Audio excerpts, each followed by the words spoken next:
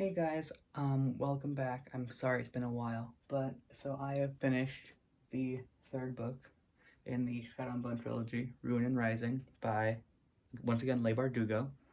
If this is your first video, welcome. But this book, again, I will say, was very, very good. I thought it was a very well written conclusion, and I thought it was very good.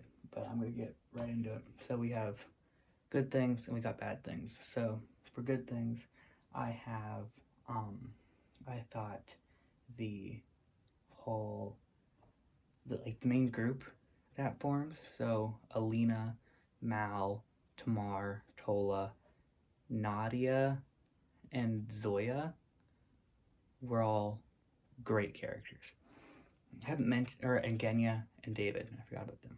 So sorry. But I haven't mentioned Zoya, but she's been kind of like a snobby asshole um, this whole time, but she is a lot better now.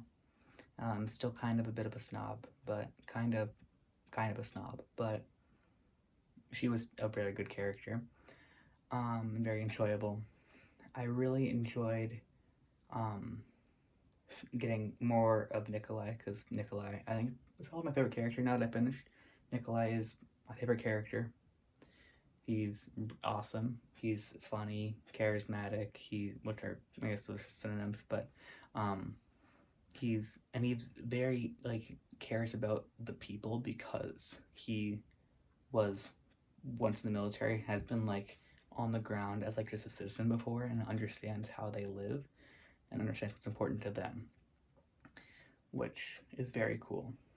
Um, I thought Alina and Mal's relationship was done a lot better in this book than the previous two books. I thought they were a much better couple now. Um, I think in terms of problems, the biggest problem for me is still the pacing. I think it was proved in two, but book three has pacing problems, especially in the beginning and the end. Because in the beginning, it's 50 pages. You go from Alina being saved by the Apparate to now Alina's being held hostage by the Apparate and be separate from all her friends, to now they're working together to make a plan. To now she has her powers are gone. To now they're back. To now she's in charge and she almost kills the Apparat. And it's all of that in 50 pages. It just happens all really fast, and there's no breathing room. We don't get to live in, oh, she has no powers. We don't get to live in the, oh, she's being held hostage essentially by the Apparat. It's all she just fixes it right away. Same with kind of the ending. The ending goes from okay, here's our plan. We're gonna wait here and attack the Shadowfall when Darkling comes across, to 20 pages of chaos, and now boom, Darkling's dead, Alina's no more powers, Mal dies, Mal's back alive, and boom, we're done. Which, spoilers, I'm sorry, but these books are been out for a while, so it's also a spoiler review, so I don't know what you expected if you don't want spoilers. But it was still very good. I did think Alina losing her powers was unexpected, but I fully thought she was going to full on die and be a martyr. Which I guess she kind of ended up being a martyr with her losing her powers, and then she fakes her death with that. I thought we learn in this book the Darkling's origin and how he is the son of Bagra, who is a descendant of Morozova, who made the three amplifiers, which is crazy. And then also the reveal of it not being the Firebird, but it being Mal as the third amplifier, and also being related to the Darkling, was really interesting. It wasn't bad. It was interesting. I don't know if I'd say it was good though either. It was just kind of came out of nowhere really, and then there wasn't a whole lot of a lot of tension with that. But I feel like that could have had some more emotional weight with that whole thing. I felt like the ending was rushed a bit, but the epilogue was very good with Mal and Alina like time skipping into the future essentially, and it's like they run like the school Karamazin or whatever. Um, I thought not Vasily, he's dead, but Nikolai forcing his father to renounce the throne because of what he did to Genya, I thought that was crazy. It was not something I expected at all, and that was really, really good. I thought Genya's character was very good in this book. I think all the side characters really got a lot more development. Tamar and Nadia became a couple, which was nice in this book. It was like everyone's kind of pairing off. I will say that this book was violent. Not that the other books weren't violent. I mean, other books you see people's like heads all like snapped to crap and everything, but like it is violent and graphic about its violence. Like I think like to be fully accurate, it'd be like rated R. Like it was. There's some very intense moments, especially there's one scene where the Darkling attacks, and some heavier content here now, but Sergey, who like turned them in because he thought he'd get protection from the Darkling.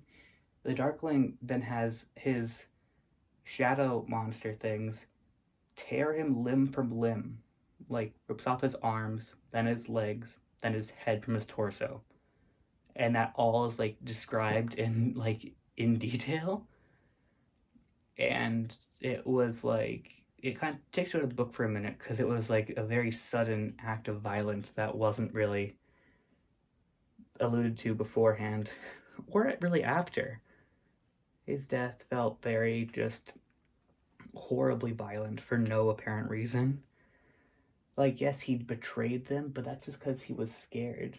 That's that. I don't know. I don't feel like it was super fair for him to get the horrible murder, but um,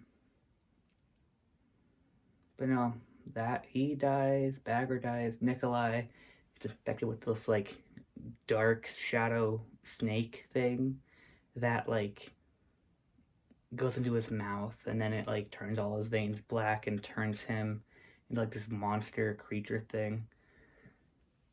And that was kind of an intense scene as well. It was like the same, like a few pages later that happens, and now he's like the king of scars because he has black veins and everything, which I mean sounds cool, but is also like that's gonna suck for you to be the king now.